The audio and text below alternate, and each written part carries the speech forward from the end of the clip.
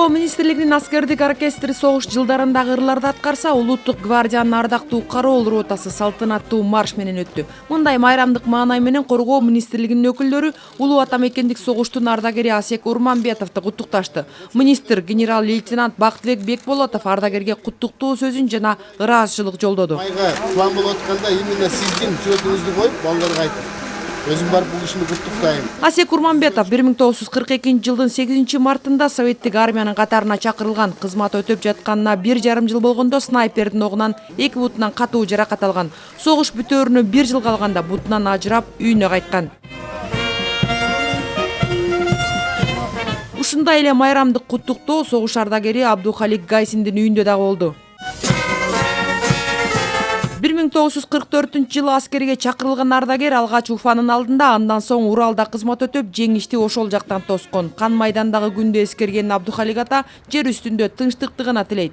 Тогда у нас не спрашивали, хочешь ты, не хочешь. Согуш башталганда сен барасыңбы же барбайсыңбы деп сураган эч ким болгон жок. Айылдагы жашы жеткен балдардын баарын чогултуп эле алып кетти. Кандай гана оор мезгилди баштан өткөрдүк. Бирок азыркы жыргал заманды көрүп, кыйналган күндөр артта калды деп эсептейм. Майданга бекеринен барбаптырбыз. Үмүтүбүз акталды.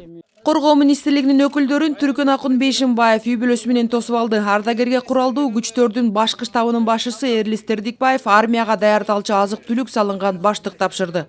Здравим, красного месяца, Бейшимбаев, Түркөн Акын. 6 жыл ошо согушта болдук. Биз бүт бойдон ошо жердеги Украинаны, Белорусту, Молдавия, Урмения, Венгрия, Чехословакия фронтунда постоянно жүрүп, 6 жыл жүрүп анан ошол өлбөй калып, Кудай деп анан ушул силерге көрүшүп, аман эсен келдим.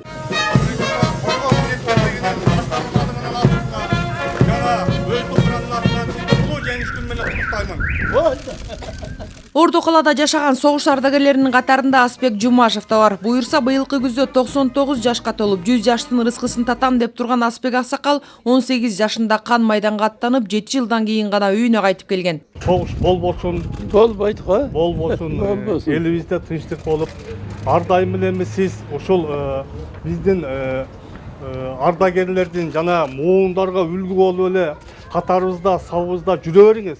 Айылынан 80ге чукул бала менен бирге майданга аттанса, алардын жарымынан көбү кайтпай калганын айткан Аспек ата тең туш балдарынын көбү үй бүлө курганга үлгүрбөй, согуш алардын бактысын кыркты деп эмдигиче ич атышат. Салам алейкум ата. Майрамыңыз менен келаткан.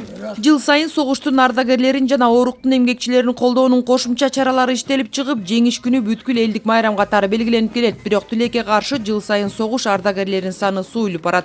Согушка катышып келген ата-бабаларыбыз, ошол жакта курман болгон аталарыбыздын элестеп, ошол тарыхты кайра жаздырбай, биз деген жаш муундарга жакшы үлгү болушубуз керек. Баарыбызды бүгүнкү майрамыбыз менен чын жүрөктөн куттуктайм. Быйыл улуу жеңиштин 78 жылдыгы белгиленүүдө. Буга байланыштуу жерлерде концерттик программалар, өчпөс отко гүл коюу жана жөө жүрүштөр уюштурулат. Иш-чаралар 9 май күнү эртең мененки саат 9-да башталат. Айжан Омолдошова, Чыңгыз Жумагулов, Ала Тоо 24.